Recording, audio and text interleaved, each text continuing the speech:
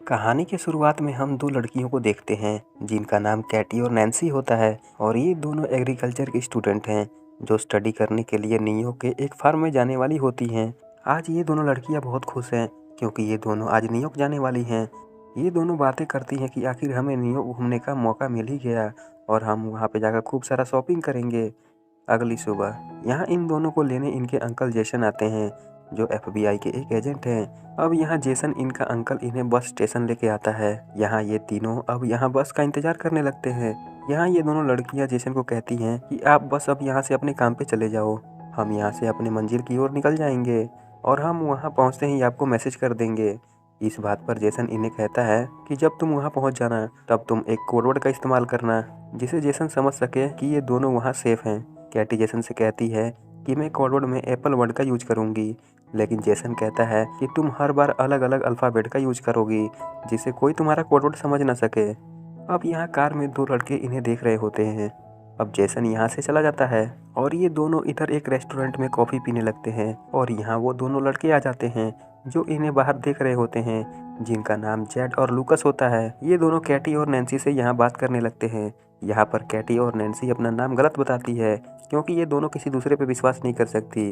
Katie इन्हें बताती है कि हम अपने स्टडी के लिए न्यूयॉर्क के एक फार्म में जा रहे हैं। यह सुनकर जेड इन्हें कहता है कि हम भी उधर ही जा रहे हैं, तुम चाहो तो तुम हमारे साथ चल सकती हो। लेकिन कैटी इनके साथ चलने से मना कर देती है और अब ये दोनों लड़के यहाँ से जाने वाले ही होते हैं कि तभी नैन्सी इनके साथ जाना चाहती है ताकि रास्ते में इनका अच्छा टाइम पास हो जाए। नैन्सी कैटी को इनके साथ चलने के लिए इसे मना लेती है।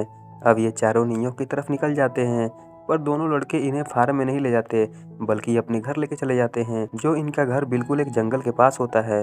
यहाँ कैटी और नैन्सी थोड़ा घबरा जाती हैं और इन्हें तुरंत फार्म चलने को कहती है कि तभी यहाँ जेड और लूकस की मॉम आती है और इन्हें प्यार से चाय पीने को कहती है। इनकी मॉम इन्हें बताती है कि तुम बस एक कप चाय पी लो, इसके बाद जेड और लूकस तुम्हें तुम्हारे मंजिल तक छोड़ देंगे। अब ये दोनों चाय पीने लगती हैं कि तभी कैटी के पास जेसन का मैसेज आता है।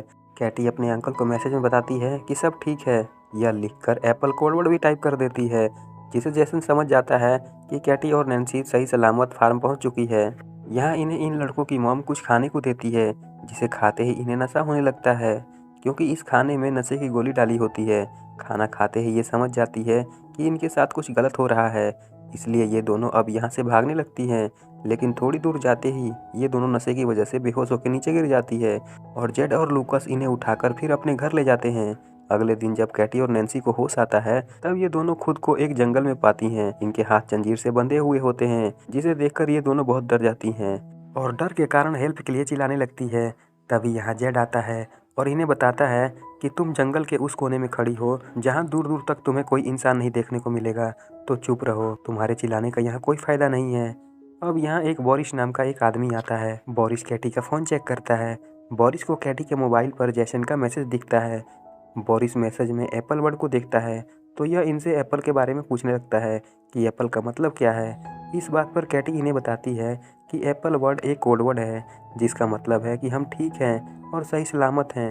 इसके बाद बोरिस जेसन को रिप्लाई देते हुए लिखता है कि हाँ, यहाँ पे सब कुछ ठीक है और कोड वर्ड के लिए बोरिस फिर से एप्पल वर्ड को लिखकर मैसेज सेंड कर देता है। अब ये जालिम लोग कैटी और नैन्सी को इनके सामने नहाने को कहते हैं कि तभी यहाँ एक शेरिफ नाम का एक पुलिस ऑफिसर आता है। पुलिस को देखकर कैटी और नैन्सी बहुत खुश होते हैं और दोनों पुलिस वाले से मदद मांगने लगती हैं। पर तभी इन्हें पता चलता है यह पुलिस वाला भी जेड और लूकस के साथ मिला हुआ है। यह देख अब ये दोनों डर जाती हैं। यहाँ इनकी मदद करने वाला कोई नहीं था। कैटी और नैन्सी इन्हें कहती हैं कि हमें छोड़ दो, हम तुम्हारे बारे में किसी को नहीं बताएंगे, पर ये लोग इनकी बात नहीं सुनते। अब यहाँ पुलिस वाला नशे की गोली खाता है और अपने लिए कैटी को चूज करता है। यहाँ अब यह पुलिस वाला कैटी के साथ जबरदस्ती किया होता है। यहीं दूसरी तरफ हम जेसन को देखते हैं। इन दोनों को कैटी और नैन्सी को बहुत चिंता हो रही थी क्योंकि कैटी ने मैसेज में एप्पल वर्ड का इस्तेमाल दोबारा किया था। अब इधर जेड और लूकस एक दूसरे आदमी को इनके कंटेनर में भेजते हैं। यह आदमी कैटी के शरीर पर जला हुआ सिगरेट लगा देता है। जलन के कारण कैटी बहुत चिल्लाने लगती है। अब यह आदमी भी कैटी के साथ जबरदस्ती करता है। ये लोग अपना हवस मिटाने के लिए इंसानों की सारी हदें पार कर चुके हैं। ये लोग कैटी और नैन्सी से गलत काम करवाते हैं और खूब सारा पैसे कमाते हैं। इधर जेसन कैटी और नैन्सी का पता लगाने के लिए न्यूयॉर्क के एग्रीकल्चर के फार्म में फ़ोन करता है। दोनों के बारे में पूछता है लेकिन रिप्लाई में आता है कि वो दोनों तो अभी तक वहाँ पहुँची ही नहीं। अब जैसन समझ जाता है कि वो दोनों किसी बड़ी मुसीबत में हैं, इसलिए जैसन अब इन्हें तुरंत ढूंढने निकल जाता है। इधर यहाँ इनके पास एक और कस्टमर आता है जो अपने चेहरे पर पिग वाला मास्क लगाया होता है। अब जेड और लूकस इन दोनों से किसी एक को चूज करने को कहते हैं। कैटी और नैन्सी इस पिग मास्क वाले इंसान को देखकर बहुत डर जाते हैं। यहाँ यह आदमी नैन्सी को चूज करता है और यह नैन्सी के साथ जबरदस्ती करता है। अब दूसरी तरफ जैसन इन्हें खोजते हुए पुलिस स्टेशन पहुंच जाता है। यहाँ जैसन को वही पुलिस वाला मिलता है जो कैटी के साथ गलत काम किया था। जैसन पुलिस वाले को कैटी और नैन्सी का किडनैप के बारे में बताता है और जैसन पुलिस वाले को ये भी बताता है कि मैं एक FBI एजेंट हूँ। तब यह पुलिस वाला जैसन से पूछता है कि तुम्हें कैसे पता कि वो दोनों किडनैप हो चुकी हैं, जिस पर जैसन इसे बताता है कि इसने अपने भतीजी को एक कोडवर्ड एक ही बार इस्तेमाल करने को कहा था, लेकिन कैटी ने एक ही कोड दोबारा इस्तेमाल किया, जिसका मतलब है कि वो मुसीबत में है। पुलिस वाला यह खबर अब बोरिस को बताता है। बोरिस यहाँ आकर इन लड़कों को बताता है कि इन दोनों के अंकल यहाँ ढूंढते हुए आ गए हैं और वो एक FBI एजेंट हैं। अब बोरिस जेड को कहता है कि हमें इन दोनों को ठिकाने लगा देना होगा, नहीं तो हम बड़ी मुसीबत में पड़ सकते हैं क्योंकि इसके अंकल FBI के एजेंट हैं। बोरिस जेड से कहता है कि हम दूसरी लड़कियों को पकड़ लेंगे, इन्हें ठिकाने लगा देते हैं। कैटी कंटेनर के पास खड़ी होकर चुपके से इनकी बातें सुन रही थी। अब बोरिस फिर यहाँ कैटी के साथ गलत करता है। अब यहाँ जैसन उसी रेस्टोरेंट में पहुंच जाता है जहाँ इन्होंने कॉफ़ी पिया था। जैसन यहाँ इस आदमी से कैटी और नैन्सी के बारे में पूछता है। यहाँ यह आदमी जेड और लूकस के बारे में बताता है कि वो दोनों लड़कियाँ जेड और लूकस के साथ गई हैं। अब इन्हें पता चल गया था कि ये लोग इन्हें मारने की साजिश कर रहे हैं कि तभी यहाँ बोरिस और जेड आते हैं। ये दोनों बोरिस और जेड अपने दोस्त को कहते हैं कि तुम इन दोनों पे नज़र रखो, तब तक हम एक जगह से आते हैं। इनको यहाँ से जाते ही कैटी इस आदमी को अपनी तरफ अट्रैक्ट करती है और कैटी इस आदमी को उकसाती है। जैसे ही यह बंदा कैटी के करीब आता है वैसे ही कैटी इस बंदे को गर्दन पे काट लेती है। खून निकलने के कारण यह बंदा यहाँ मारा जाता है। अब ये दोनों अपना जंजीर खोलकर यहीं पर छुप जाती हैं और जब यहाँ पुलिस वाला आता है तभी ये दोनों इसकी कार लेकर यहाँ से भाग जाती हैं।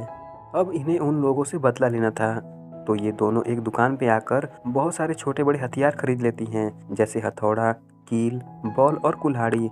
अब ये इस दुकान के मालिक से बोरिस के घर का एड्रेस पूछती है। यह बंदा इन्हें बोरिस का पता बता देता है। यहाँ बोरिस अब गाना सुन रहा होता है। तभी यहाँ कैटी और नैन्सी पहुँचती हैं और बोरिस को कील से मार के बेहोश कर देती है और अब ये दोनों इसे रस्सी से बांध देती हैं। यहाँ जैसन भी बोरिस के घर का पीछा करते हुए यहाँ पे आ जाता है। कैटी और नैन्सी बोरिस से उस पिग मार्क्स वाले आदमी के घर के बारे में पूछती हैं, तो बोरिस पिग मार्क्स वाले इंसान का एड्रेस दे देता है। अब ये दोनों बोरिस को यहाँ मार देती है। अब यहाँ जैसन आता है तो जैसन यहाँ आते ही देखता है कि बोरिस तो मरा हुआ है। तभी जैसन को घर के बाहर गाड़ी की आवाज़ सुनाई देती है और जब तक जैसन घर के बाहर जाता है तब तक कैटी और नैन्सी यहाँ से जा चुकी थी।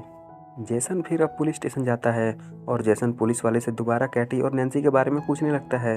यहाँ जैसन कैटी को फोन लगाता है पर फोन की घंटी तो यहीं बज रही थी। कैटी का फोन इस पुलिस वाले के पास ही था। यह देख जैसन समझ जाता है कि तभी पुलिस वाला जैसन की तरफ गन पॉइंट कर देता है।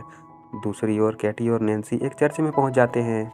यहाँ इन्हें पता चलता है कि वो पिग मार्क्स वाला इंसान इस चर्च का फादर है। अब नैन्सी एक बेसबॉल वाले बैट लेकर यहाँ इसके पास पहुँचती है। यहाँ यह बंदा नैन्सी को पहचान लेता है।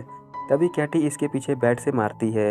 ये दोनों फादर को अपनी गाड़ी के पीछे बांधकर घसीटते हुए एक दुकान पर ले आते हैं और यहाँ एक माचिस खरीदते हैं और पेट्रोल भी, और ये दोनों इस बंदे पे पेट्रोल डालकर इस फादर को जलाकर मार डालते हैं। यहाँ जेसन को यह पुलिस वाला कैद करके रखा था।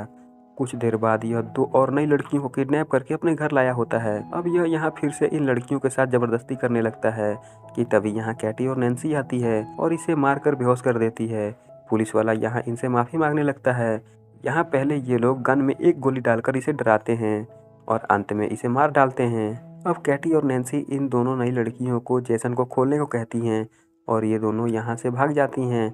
ये दोनों जेसन को खोलकर कैटी और नैन्सी के बारे में बताती हैं। अब यहाँ जेसन को पूरी बात समझ में आ जाती है कि वो लड़कियाँ कोई और नहीं बल्कि इसकी भतीजी ही हैं। अब यहाँ हम देखते हैं जेड और लूकस की मॉम को, जो ड्रिंक ले रही होती है। ड्रिंक लेते ही यह महिला यहाँ बेहोश हो जाती है। जब इसे होश आता है तो यहाँ इसे कैटी और नैन्सी मिलती है, जो इसे यहाँ बांध रखी थी। ये दोनों जेड को भी यहाँ इसके सामने ही बांध देती हैं। यहाँ कैटी और नैन्सी जेड की मॉम के सामने ही जेड को बैट से मारने लगती हैं और इसे मार मार के यहाँ पे गिरा डालती हैं और अंत में इसे भी मार डालती हैं। यह यहाँ सबको मारती हैं जो भी इनके साथ गलत काम किए होते हैं। अब ये दोनों जेट की मॉम को लूकस के पास लेकर आते हैं। यहाँ ये लूकस के हाथ में बैट देकर इसकी मॉम को मारने को कहते हैं, नहीं तो ये दोनों लूकस को मार डालेंगी। पर लूकस अपनी मॉम को नहीं मारता, जिससे नैन्सी लूकस को गन से शूट कर देती है और नैन्सी यहाँ लूकस को भी मार डालती है। इसके बाद यह गन को साफ करके लूकस के हाथ में पकड़ा देती है, जिससे यह घटना आत्महत्या लगे। इसके बाद लूकस की मॉम इन्हें कहती है कि अगर ये दोनों इसे छोड़ देंगी तो ये इनको बहुत सारा पैसे देगी। यह सुनकर कैटी और नैन्सी जोर जोर से हंसने लगती है। इसके बाद कैटी और नैन्सी इसका सर धड़ से अलग कर देती है। अब इनका बदला पूरा हो चुका था। इन्होंने सभी को मार डाला जो इनके साथ गलत काम किए थे। कुछ दिन बीत जाने के बाद अब ये दोनों फिर से अपने अंकल के साथ नियो के फार्म में स्टडी करने चली गई और कहानी यहीं समाप्त हो जाती है।